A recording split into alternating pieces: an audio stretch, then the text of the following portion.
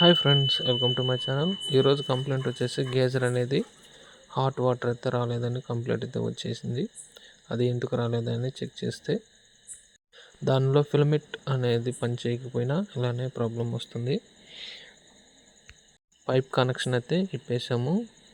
దాంట్లో వాటర్ అనేది ఉన్నాయి కదా, వాటిని అయితే బకెట్లు అయితే పట్టేసినాము. పడితే గేజర్ అయితే బయటకు అయితే తీసేస్తాం.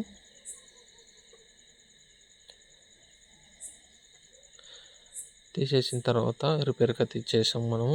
దాంట్లో అయితే ఈ ఫిలమెంట్ అనేది ఎగిరిపోయిందనమాట. మళ్ళీ అయితే కొత్తది అయితే వేసిన తర్వాత మళ్ళీ తెచ్చి బిగించాము.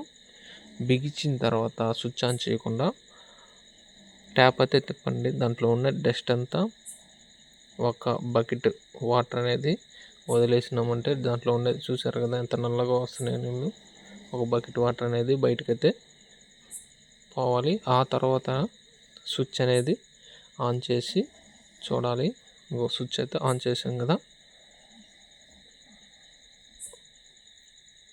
ఆన్ చేసిన తర్వాత హాట్ వాటర్ అయితే చెక్ చేసాము.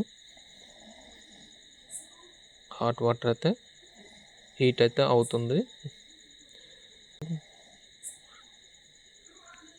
ఈ వీడియో మీకు నచ్చినట్లయితే సబ్స్క్రైబ్ చేసుకోండి, లైక్ అండ్ షేర్ చేయండి. Thank you.